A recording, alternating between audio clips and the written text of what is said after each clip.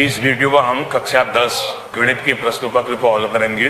प्रश्न पत्र का कोड है 30-4-1। पहला प्रश्न है, सबसे छोटी संयुक्त संख्या और सबसे छोटी अभाज्य संख्या की HCF का अनुपात उसके LCM से ज्ञात करना है। तो सबसे छोटी संयुक्त संख्या होती है 4 और सबसे छोटी अभाज्य संख्या होती है 2। इनका आप HCF ज्ञात करेंगे तो वह आएगा 2 और 4 और 2 का LCM होगा 4। 2:4 को आप सरल करेंगे तो 1:2, 1:2 इसका आंसर होगा।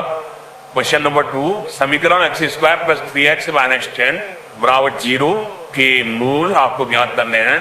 तो इस समीकरण के जो आपको यहाँ पर बायां पक्ष दिया गया है, इसके आप गुणनखंड करेंगे तो आएगा x धन 5 और x ऋण 2। x ऋण 2 बराबर 0 करेंगे तो x का मान 2 प्राप्त होगा। x ऋण 5 बराबर 0 लेंगे x बराबर ऋण 5। विकल्प ए सही होगा। तीसरा प्रश्न है, वर्गमूल 6, वर्गमूल 24, वर्गमूल 54 का अगला पद है। तो वर्गमूल 24 को आप लिख सकते हैं 2 वर्गमूल 6 और इसी प्रकार वर्गमूल 54 को आप लिखेंगे 3 वर्गमूल 6। तो अगला जो पद आएगा वह आएगा 4 वर्गमूल 6। 4 को आप वर्गमूल के अंदर ले जाएंगे तो 4 का वर्ग 16, 16 को 6 से गुणा करेंगे 16 के 96। तो विकल्प बी सही होगा। प्रश्न 4, बिंदु ऋण 7 की x एक्सिस से दूरी ज्ञात करें। तो यदि आप ऋण 1 और 7 को देखें, ऋण 1 और 7, तो x एक्सिस से इसकी दूरी आएगी 7 यानी y कोऑर्डिनेट के बराबर 7। डी व्यास के अर्धवृत्त का क्षेत्रफल होगा। तो आपको अर्धवृत्त का व्यास d दिया गया है तो इसकी त्रिज्या r बराबर आ जाएगी व्यास बटा 2 यानी d/2। अब आपने अर्धवृत्त का क्षेत्रफल ज्ञात करना है। क्षेत्रफल पूरी वृत्त का होता है बाई r²। आधे वृत्त का हो जाएगा 1/2 बाई r²। तो 1/2 बाई r की जगह लिखेंगे d/2 का वर्ग करेंगे तो d²/4 आएगा और 1/2 और 1/4 को बड़ा लेंगे 1/8 बाई d², अर्थात विकल्प सी सही होगा। छठा प्रश्न है, किसी बंधन के बहुलक वात्य और माध्यक के लिए अनुभाविक संबंध है। तो बहुलक वात्य और माध्यक के बीच का संबंध होता है बहुलक बराबर 3 गुणा माध्यक ऋण 2 गुणा माध्य। उसके बाद अब हम देखेंगे 7वां प्रश्न, समीकरण युग्म 2x ऋण 5y धन 6 और 15y बराबर 6x ऋण 18 जिन दो रेखाओं को निरूपित करता है वही है। तो सबसे पहले हम इसको मानक रूप में लिखेंगे 2x और यहाँ से 5y धन 6 को इधर लाएंगे ऋण 5y 6 बराबर 0 और दूसरे समीकरण में आप 6x और ऋण 18 को इधर लाएंगे तो ऋण 6x धन 15y ऋण का हो जाएगा धन 18 बराबर 0। तो x का गुणांक a1, y का d1 और ऋण 6 c1 कहलाएगा। इसी प्रकार यहाँ x का गुणांक ऋण 6 a2 कहलाएगा, y का गुणांक 15 b2 और 18 को c2 बोलेंगे। a1 बटा a2 क्या करेंगे तो यह आएगा 2 बटा ऋण 6 अर्थात ऋण 1/3। इसी प्रकार b1 बटा b2 करेंगे तो b1 है ऋण 5, b2 है 15। तो b1 बटा b2 का मान आएगा ऋण 5 बटा 15 यानी ऋण 1/3। c1 बटा c2 अर्थात ऋण 6 और 18 तो c1 बटा c2 हो जाएगा ऋण 6 बटा 18 ऋण 1/3। तो ये तीनों मान देख रहे हैं आप समान है। तो ये तीनों का समान है तो समीकरण युग्म के अनेक घन होंगे अर्थात उनके जो ग्राफ प्राप्त होंगे वे समपाती रेखाएं मिलेंगी। प्रश्न 8, अल्फा बीटा विकास समीकरण x² के शून्यांक हैं तो अल्फा प्लस बीटा का मान आपको ज्ञात करना है। तो x² ऋण 1 को आप लिख सकते हैं x² ऋण 0x ऋण 1।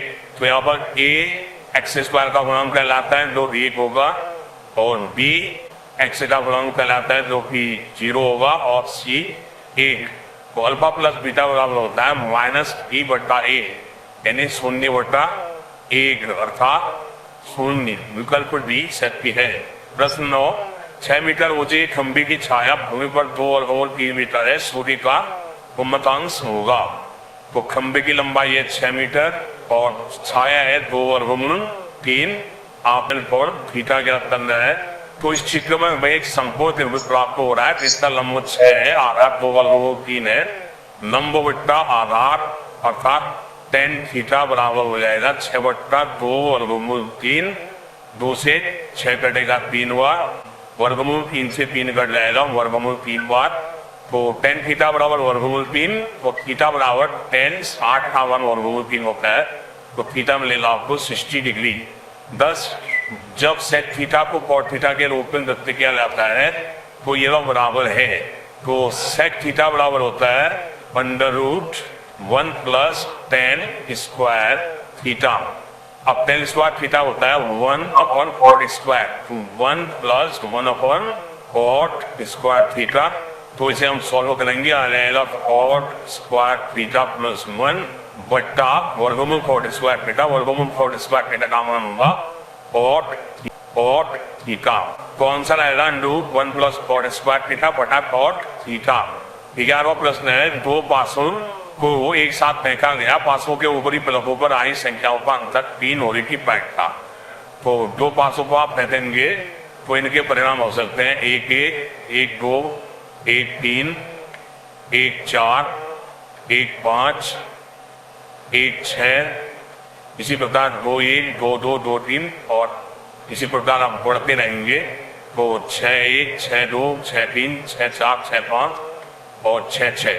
तो कुल जो परिणाम आएंगे यह हो सकते हैं 36। अब आप देखेंगे इन परिणामों में से जिनका अंतर 3 है वे हो सकते हैं 1-4 और 2-5, 3-6, 4-1, 5-2 और 6-3। तो इनको आप गिनेंगे तो यह होंगे 6। तो प्रायिकता बराबर आ जाएगी 6/36 अर्थात 1/6। विकल्प सी। 12वां प्रश्न आपको दिया गया है, दो समरूप त्रिभुज है ABC और PQR। AC आपको 6 दिया गया है, BC 5, QR 3 है। आपने PR का मान ज्ञात करना है। तो समरूप त्रिभुजों की समग्र भुजाओं का अनुपात समान होता है। तो AC बटा इसकी समग्र भुजा QR बराबर होगी BC बटा PR। तो AC आपको दिया गया 6, QR है 3, BC है 5 और PR है X। इसे आप हल करेंगे तो X बराबर आ जाएगा 5/3/6। 3 से 6 कटा 2 बार, 5/2 यानी 5 का आधा 2.5 सेमी। 13वां प्रश्न है, 13वां प्रश्न है मूल बिंदु से बिंदु ऋण से और 6। 13वां प्रश्न है मूल बिंदु से बिंदु ऋण से और 8 की दूरी। तो मूल बिंदु के निर्देशांक होते हैं 0 और 0। तो अब आप दूरी का सूत्र लगाएंगे, b बराबर वर्गमूल x1 - x2 whole square plus y1 - y2 whole square. 0 - 6 अर्थात +6 का स्क्वायर 36 और 0 - 8 यानी -8 का स्क्वायर 64। 36 और 64 को जोड़ेंगे 100, 100 का वर्गमूल 10। विकल्प डी। 14वां प्रश्न है, दीदी आकृति में केंद्र वाले एक वृत्त पर PQ एक स्पर्श रेखा है। यदि OPQ x और POQ y को x + y का मान ज्ञात कीजिए। किसी त्रिभुज में जो स्पर्श रेखा होती है वह त्रिज्या पर लंब होती है। तो cos PQO का मान 90 डिग्री होगा और त्रिभुज के तीनों अंतःकोणों का योग 180 होता है। तो x धन y धन 90 बराबर होगा 180। तो यहाँ से x धन y बराबर आप याद करेंगे 180 - 90। तो x + y बराबर आ जाएगा 180 में से 90 घटाएंगे 90 डिग्री आंसर। 15वां प्रश्न है, दी गई आकृति में केंद्र वाले एक वृत्त पर P एक स्पर्श रेखा है और OT 4 सेमी है और OT 30 डिग्री। तो T की लंबाई ज्ञात कीजिए। तो सबसे पहले आप एक रचना कर लेंगे, OA को मिला लेंगे। OA वृत्त की त्रिज्या होगी, त्रिज्या स्पर्श रेखा पर लंब होती है। तो यह त्रिभुज एक समकोण त्रिभुज होगा जिसका आधार TA है और कर्ण PQ है। तो आप करेंगे आधार TA बटा कर्ण PO। तो आधार बटा कर्ण होता है cos थीटा, थीटा यानी 30। TA आपने ज्ञात करना है, PO का मान है 4, cos 30 का मान होता है वर्गमूल 3/2। तो टी बराबर आ जाएगा 4 गुना वर्गमूल 3/2, और 2 से आप 4 को काटेंगे 2 बार, 2 वर्गमूल 3। इसका उत्तर होगा विकल्प ए। 16वां प्रश्न है, त्रिभुज एबीसी में पीक्यू और बीसी समांतर है, पीबी 6 सेमी है, एपी 4 है, AQ 8, AC ज्ञात करना है। तो AP आपको दिया गया है 4, PB दिया है 6 और AQ है 8। आपने AC ज्ञात करना है, तो AC ज्ञात करने से पहले हम QC ज्ञात कर लेंगे, उसके बाद QC और 8 को जोड़ लेंगे तो AC ज्ञात हो जाएगा। यहाँ पर PQ और BC समांतर है, तो आप फिर से प्रमेय लगाएंगे, QC बट्टा AQ बराबर होगा BP या PD बट्टा AP। अब आप मान रखेंगे QC हमें ज्ञात करना है, AQ हमें दिया गया है 8, PD है 6 और AP है 4। तो QC बराबर हो जाएगा 6 गुना 8 बट्टा 4, 4 से 8 कटा 2 बार, 6 गुना 2 हो जाएगा 12। तो QC का मान मिलेगा 12। तो AC ज्ञात करने के लिए QC और AQ को जोड़ेंगे, 12 घन 8 20, विकल्प बी। 17वां प्रश्न है, अल्फा बीटा पीएक्स बराबर 4x² पीएक्स 7 के शून्यांक है, तो 1/अल्फा बटा बीटा का मान ज्ञात करें। तो सबसे पहले हम बहुपद में देखेंगे, A का मान 4 है, B का मान ऋण 3 है और C का मान ऋण 7 है। अब आप 1/अल्फा धन 1/बीटा को सरल करेंगे तो इनका लॉस आएगा अल्फा इंटू बीटा, बीटा से 1 गुणा होगा बीटा प्लस अल्फा से 1 गुणा होगा alpha, beta plus alpha alpha plus beta इसके अंश में आएगा। अब अल्फा प्लस बीटा बराबर माइनस B/A। B का मान है ऋण 3 और A है 4। अल्फा इंटू बीटा का मान होता है C/A ऋण 7/4। 4 से 4 कर देगा, ऋण से ऋण कर देगा, बचेगा ऋण 3/7, विकल्प डी। 18वां प्रश्न है, पावर तत्व भी अच्छी प्रकार से फैटी हुई एक गड्डी से एक पता या दरिचिया निकाला जाता है, निकाला या बताई का नहीं होने पर तो तासी गड्डी में 4 इक्के होते हैं, इक्के न होने की जो संभावना है वो होगी 52 ऋण 4/48 और कुल संभावना है 52। तो प्रायिकता बराबर हो जाएगी अनुकूल परिणाम की संख्या बट्टा कुल परिणामों की संख्या, अर्थात 48/52। 4 से आप से पार लेंगे और कल इस कटेगा 12 बार और बार कटेगा 13 बार, तो आएगा 12/13। 19वां प्रश्न है, कथन ए एक लीप क्वेश्चन है, ट्रिपल रविवार होने की प्रायिकता 2/7 है। तर्क दिया गया है, एक गैर लीप क्वेश्चन में ट्रिपल रविवार होने की प्रायिकता 5/7 है। तो यहाँ पर अधिकरण ए तो सकती है, किंतु इसका जो कारण है वो असत्य है, अर्थात विकल्प सी सही है। अब हम देखेंगे 20वां प्रश्न, अभिकथन दिया है आपको ABC AP के पद होंगे अगर और केवल अगर 2 भी बराबर AC, तो AP का जो मल्टीपल होता है इसका 2 होना, उसके अगल बगल के पदों के योग के बराबर होता है, तो यह कथन सही है। और तर्क दिया गया है, पहली n विषम प्राकृतिक संख्याओं का योग n² है, तो यह तर्क सही है। n विषम प्राकृतिक संख्याओं का योग n² होता है, लेकिन यह पहली तरह की व्याख्या नहीं करता है, तो उत्तर होगा अभिकथन A और कारण R दोनों सही है, लेकिन R एक ही व्याख्या नहीं करता है, विकल्प बी। प्रश्न संख्या 21, दो संख्याएं 2:3 के अनुपात में हैं और उनका LCM 180 है, इन संख्याओं का HCF क्या होगा? तो हम संख्याओं को मान लेंगे 2x और 3x, इनका अनुपात 2:3 है, तो हमने संख्या मान ली 2x और 3x। यदि हम 2x और 3x का LCM निकाला तो आएगा 6x। प्रश्न के अनुसार आपको LCM 180 दिया गया है था 6x बराबर 180, तो x बराबर आ जाएगा 180/6 यानी 30।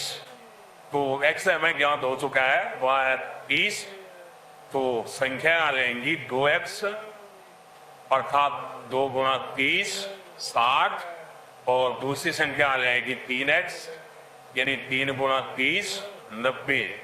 HCF बराबर होता है पहली संख्या 60 गुणा दूसरी संख्या 90 बटा एलसीएम, एलसीएम है 180, 90 से 180 दो बार कटेगा, 2 से 60 30 बार, तो संख्याओं का HCF होगा 30। अगला प्रश्न है, यदि बहुपद EX बराबर 6x² धन 37x ऋण के ऋण 2 का एक शून्यांक दूसरे शून्यांक का व्युत्क्रम है तो k का मान ज्ञात कीजिए। तो मान लिया इसके शून्य अल्फा और एक बट्टा अल्फा है, इसमें हम शून्यकों के गुणनफल का सूत्र लगाएंगे। गुणनफल का सूत्र होता है C बटा A। तो C का मान है ऋण के ऋण 2 और A है 6, तो अल्फा से अल्फा कटेगा, तो 1 बराबर आ जाएगा ऋण के ऋण 2 बटा 6। यहां से आप इसे हल करेंगे तो k बराबर आपको मिल जाएगा -4। 23वां प्रश्न है, द्विघात समीकरण 2x² ऋण 9x धन 4 बराबर 0 के मूलों का योग और गुणनफल ज्ञात कीजिए। तो समीकरण के मूलों का योग अल्फा प्लस बीटा बराबर होता है -b बटा a।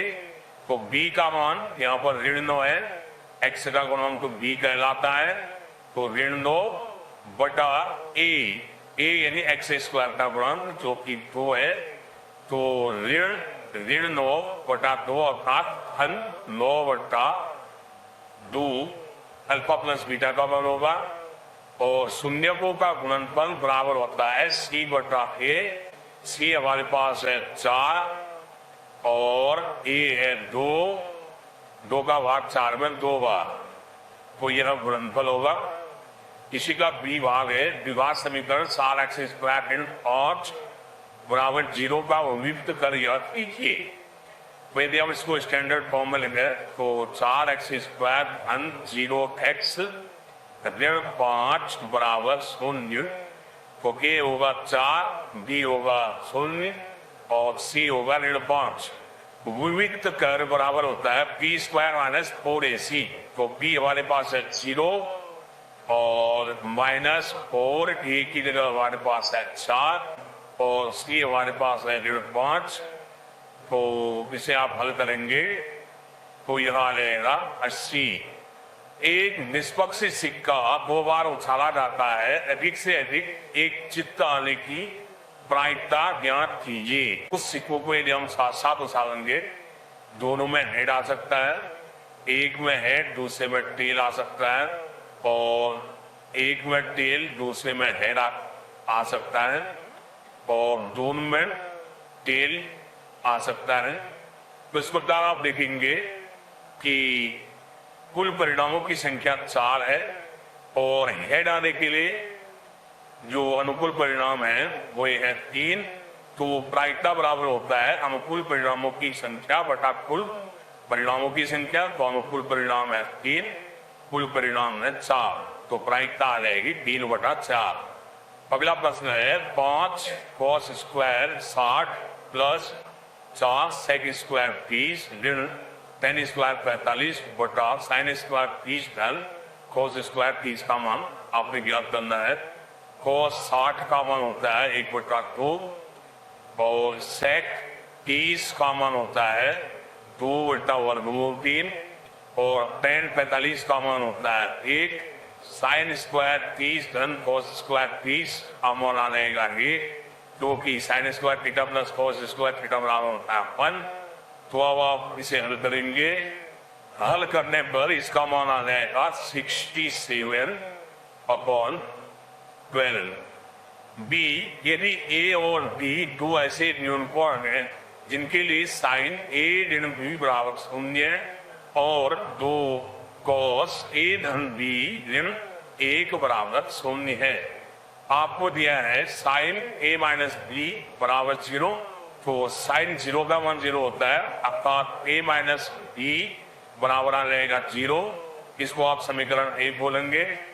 दूसरा आपको दिया गया है 2 cos A plus B minus 1 बराबर 0, तो माइनस वन को इधर ले जाएंगे तो cos a plus B common आपको मिलेगा 1, तो cos a धन b कॉमन आएगा 1/2, तो cos 60 कॉमन होता है 1/2, तो a प्लस b बराबर हमें मिलेगा 60।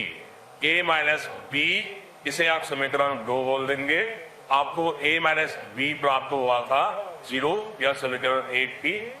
इन दोनों को आप जोड़ लेंगे तो 2a बराबर आ जाएगा 60 धन 0 यानी 60, तो a बराबर आ जाएगा 60/2 यानी 30। अब a आपको 30 मिल गया, a धन b बराबर 60 है, तो a की जगह आप 30 लिखेंगे, तो 30 धन b बराबर 60, तो b बराबर आ जाएगा 60 ऋण 30, यानी b बराबर भी आपको 30 प्राप्त होगा। तो a बराबर 30 अंश और b बराबर 30 अंश, यह प्रश्न का उत्तर होगा।